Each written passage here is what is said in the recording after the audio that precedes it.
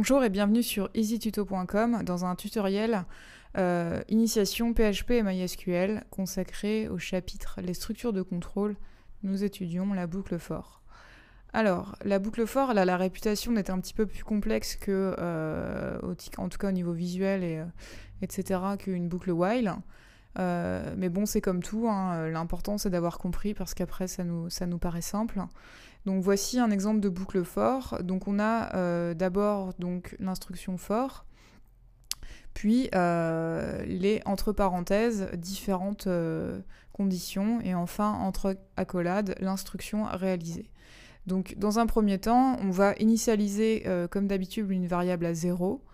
Ensuite, on va définir la condition. Et enfin, on va incrémenter notre variable initialisée de 1 à chaque itération de la boucle. Donc, ce qui pourrait nous donner en traduction française, pour i est égal à 0 et i inférieur ou égal à 10, donc on augmente de 1 la valeur de i à chaque itération. Donc voilà, donc enfin, on exécute l'instruction à chaque passage de cette boucle. Donc voilà, ça c'était en quelques mots le résumé du fonctionnement d'une boucle for. Maintenant, on va passer à un petit peu de pratique, on va créer un fichier et on va écrire nos premières boucles pour voir comment ça se passe. Voilà, donc on va créer le fichier qui s'appelle boucle for.php. Voilà. Donc moi, j'ai créé un petit style dont je vais me servir un petit peu plus tard dans cet exemple. Donc vous pouvez le recopier ici sans souci. Donc on y va, on va d'abord créer notre première boucle, donc une boucle for assez simple. Donc for, entre parenthèses, pour donner les instructions, les conditions, pardon, et ensuite les instructions entre accolades. Donc la première instruction, ça va être de initialiser notre variable i à 0. Donc ça, on commence à avoir l'habitude, puisqu'on l'a fait dans le tutoriel précédent avec la boucle while. Donc c'est important de démarrer notre boucle à 0. Ensuite, on va établir notre condition, donc tant que i sera inférieur ou égal à 10, par exemple.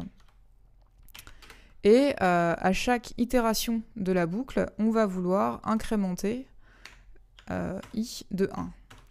Alors ça, je ne le répéterai pas assez, c'est vraiment très important d'effectuer cette incrémentation à chaque itération, parce que sinon, vous allez réaliser une boucle infinie, c'est-à-dire que i sera toujours inférieur ou égal à 10 dans tous les cas. C'est-à-dire que i, comme il vaut 0, à chaque fois que la boucle va être exécutée, la condition sera remplie.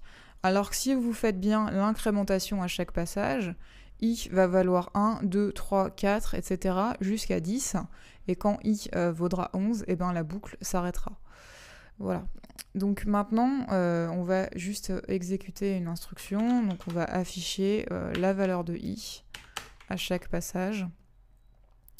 Donc pour ça, je vais faire quelque chose de simple. Donc j'utilise des doubles guillemets pour à la fois afficher du HTML et du PHP.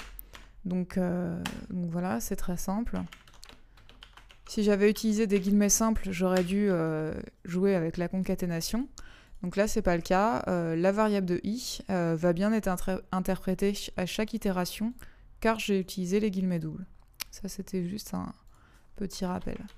Donc allons-y, on va exécuter cette boucle.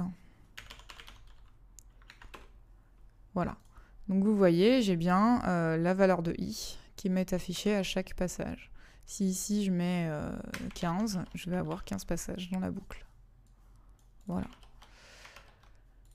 Donc maintenant, on va réaliser un exemple un petit peu plus complexe. On va faire la table d'addition du chiffre 10. Donc allons-y, je vais vous expliquer ça petit à petit. Alors, une fois de plus, on se sert d'une boucle for. Voilà.